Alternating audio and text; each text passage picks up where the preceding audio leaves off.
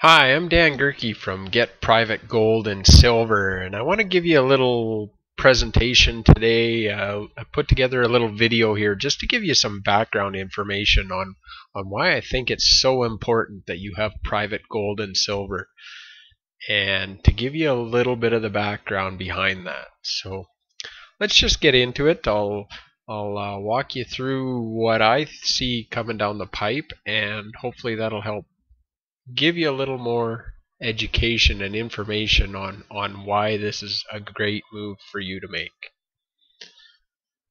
We're at some pretty interesting times in history right now, and this past century has brought about much progress, prosperity. It's been a really wonderful last 100 years or so, but it's also led us to this time of uncertainty that we're facing right now, and a number of factors have all compounded to bring us to this point that we're at right now today. And you're probably familiar. Right now it feels recessionary. You know that the media is all saying we're in a recession or a depression. So why are we in this position in the first place? Well, for one, way too many people bought homes who never should have had them in the first place.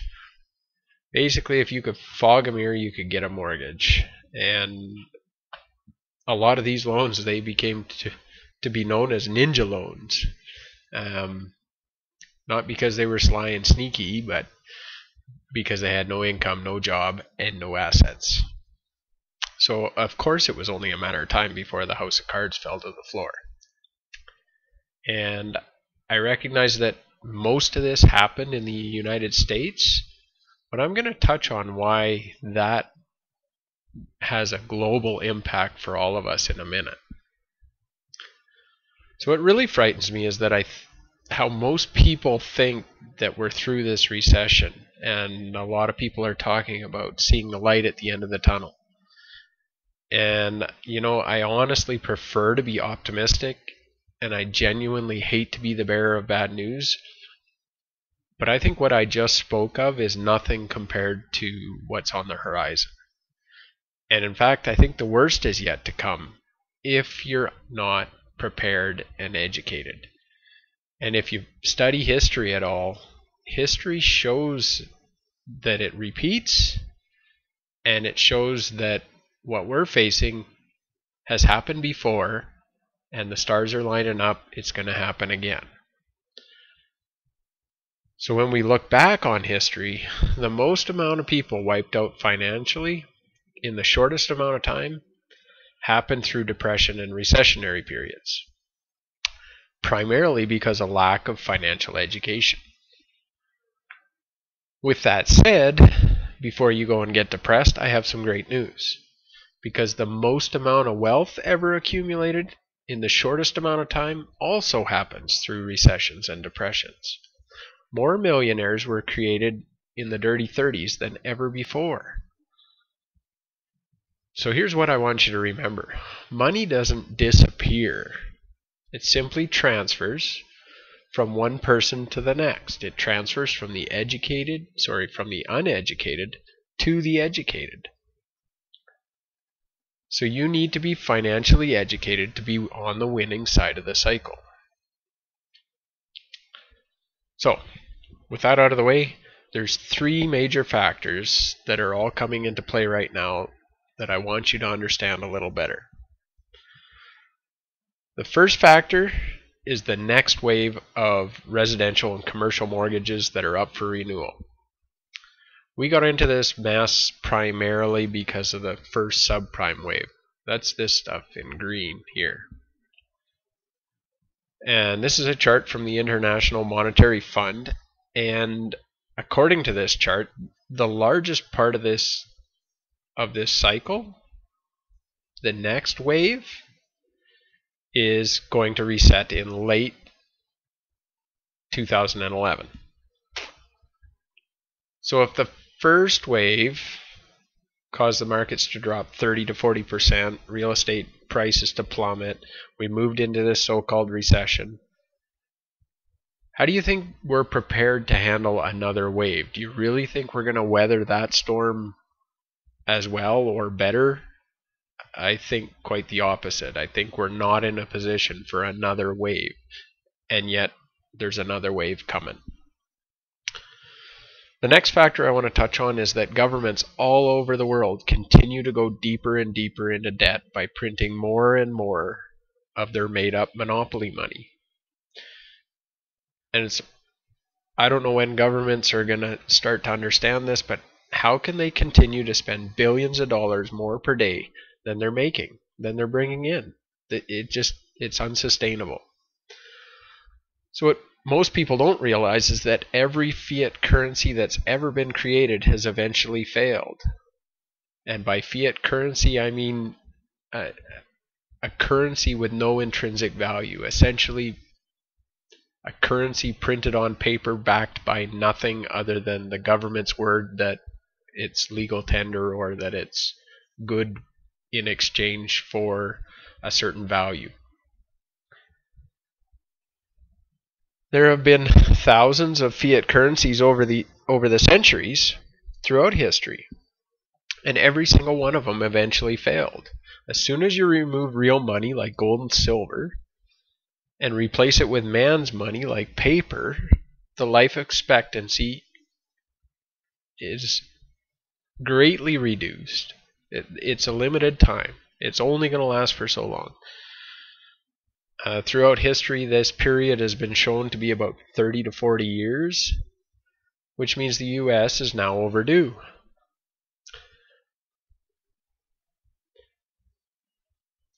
President Nixon actually took the United States off the gold standard back in 1971. So there was no longer any tangible asset backing the currency. This gives the government the ability to print money at will. From the time the Federal Reserve was created in 1913, it took 84 years to put $825 billion of base money into circulation. Base money is the paper and the coins that are actually in circulation, the physical money, not the stuff that's created just with a keystroke or add a zero in the bank's ledgers. Then in the next 2 years, they doubled that amount up to a whopping $1.7 trillion. So in the 80s, we used to talk about millions. In the 90s, we started talking about billions. And now we talk about trillions. And I want to give you a little perspective on what a trillion really is. This first stack of money, that's $1 million in $100 bills. And I don't know about you, but to me, that's not nearly as impressive as I expected it would be. It would fit in a briefcase or your backpack and you could walk around with it. Not that I would recommend you do that, but you could.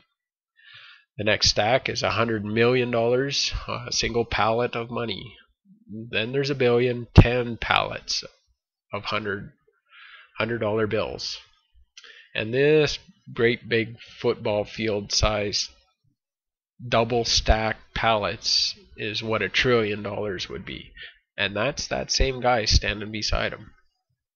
So that gives you a little bit of a feel. I still don't think we can wrap our head around what $1 trillion really is. So all this printing of money is just going to cause inflation. And inflation is the reason the paper dollars buy less of everything by the day. And now we're on to the big one, the one that actually concerns me the most. This third factor, I think, is the biggest of the three. Nearly everything that the baby boomers have ever touched has exploded. Think about Gerber baby food, think about McDonald's, housing, minivans, retirement homes, all of those industries. And a dozen more were all majorly influenced by the baby boomers. And there's roughly 75, I'll just use round numbers, roughly 75 million baby boomers on the verge of retirement just in the US alone. And they've all been saving their money where? For all their working years?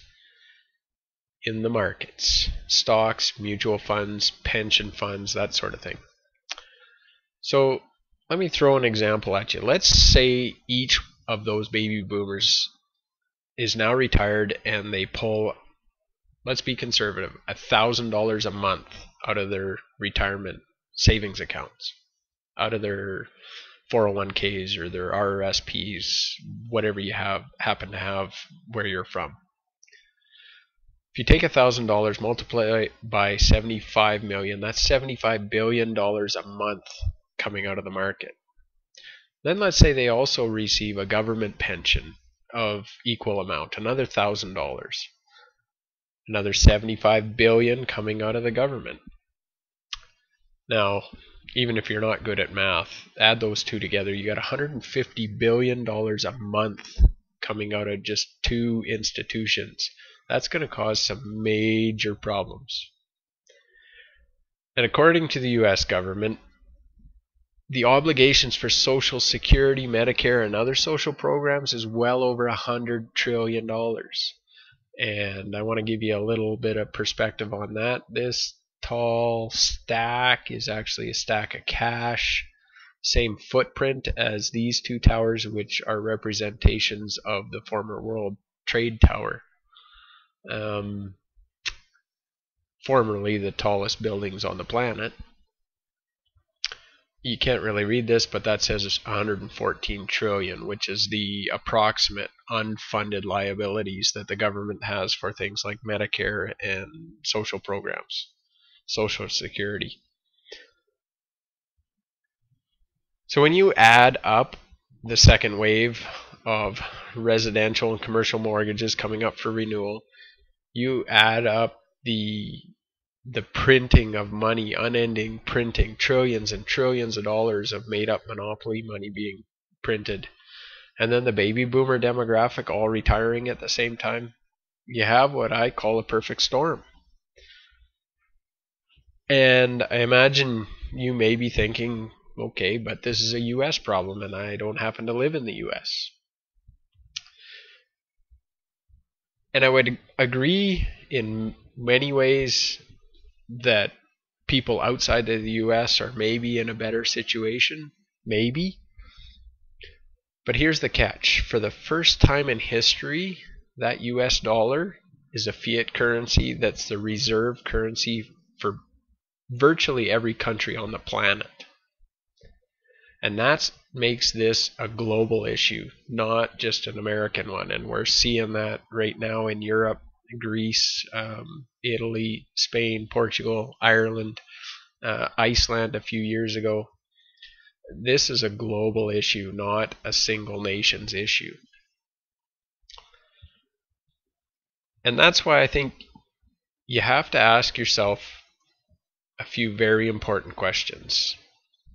If the biggest stock market crash in history does occur sometime between now and the year 2015, how will you do financially?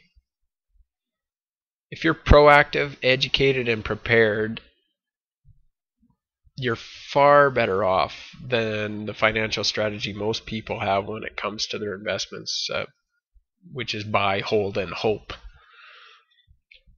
And if you believe the stock market only goes up and never comes down, you must not be studying history, because that's just not true. The good news is those who are properly prepared and positioned will thrive and not just survive. These are times of huge opportunity, because wealth doesn't disappear. It simply transfers from the uneducated person to the educated one. So the question is, will you acquire the knowledge needed to take action and end up on the winning side of what will be the largest transfer of wealth in the history of mankind?